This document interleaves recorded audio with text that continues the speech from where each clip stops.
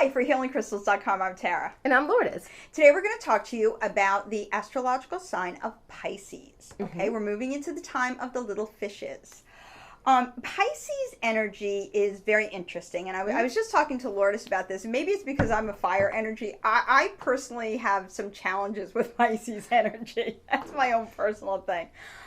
Pisces energy is very intuitive.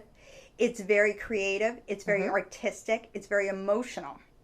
And I think it's very interesting if you look at the time of year when we are on, when the sun and most of the planets will be in the sign of Pisces. It's really kind of the time of year before spring hits. And it's also the end of the astrological calendar. Yes. Which is also really interesting because for me, a big part of what Pisces energy is about is reflection. And I think when you come to the end of a cycle,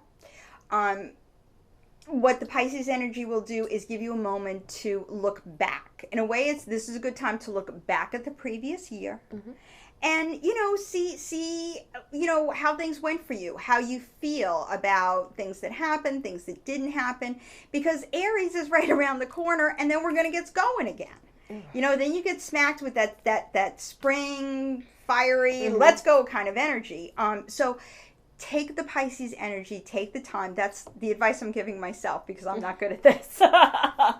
Is to take the time and really use it because you can really gain a lot from taking time to meditate and reflect. The crystals that I like for Pisces energy, I like aquamarine is excellent for meditation, and it really embodies that kind of that watery, emotional, side of Pisces. Another thing that I like bloodstone, and what bloodstone is going to do for you is it's going to balance the emotional side. So if you find yourself becoming too emotional, bloodstone can kind of temper that down. And an interesting thing that I find about bloodstone is that, to me, in a lot of ways, it's kind of a mix of emotion and earth. I think the story behind bloodstone, or one of the stories behind it, is that it was the blood of Christ. So it's kind of like, it's an emotional thing mixing with the earth and producing a wonderful crystal for us to use. And I really like bloodstone for this energy, especially if you find yourself feeling too overwhelmed by emotion.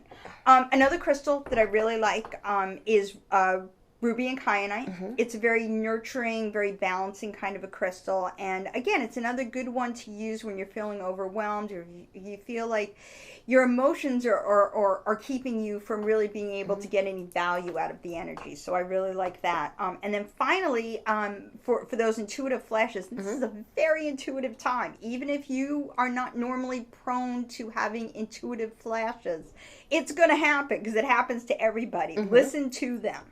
I like iolite for that. Love iolite. And you can see this is my and I wear this every day. This is my third eye charm from Healing Crystals that I always wear, and I love this. I think it keeps my third eye open, and it keeps me very in touch with my intuition, which helps me sometimes. Sometimes not, but what do you have for Pisces? Well, I like fluorite because I like to bring in the air energy, to bring in the clarity and the focus. Yes. Because Pisces is very emotional. Yes. And with that emotion, you need sometimes that little bit of light shining through. And part of reflection is healing. Yes. Yeah, and that's fluorite's good for that. And fluorite's perfect for that.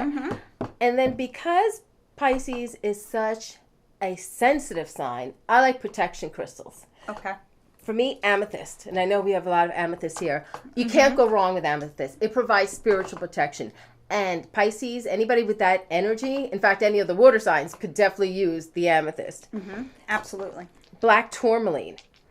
A black tourmaline to provide energetic protection. See, I would never have gone with that for Pisces. Yeah, I know. Not in a million years would I have come up with black tourmaline, but you're right, it is. It's perfect. It's also grounding. It is. It's very grounding because you've got in this influence, you do have the opportunity if you'd like it, but you could just go flying off. You really could. It's just a very spacey time.